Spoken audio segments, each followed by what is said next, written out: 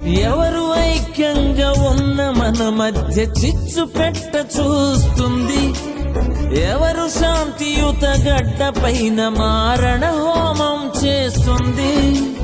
మతాలు వేరైనా మనమంతా భాయి భాయి, దేశాభివృద్ధిలో కలిపేద్దాం చేయి చేయి.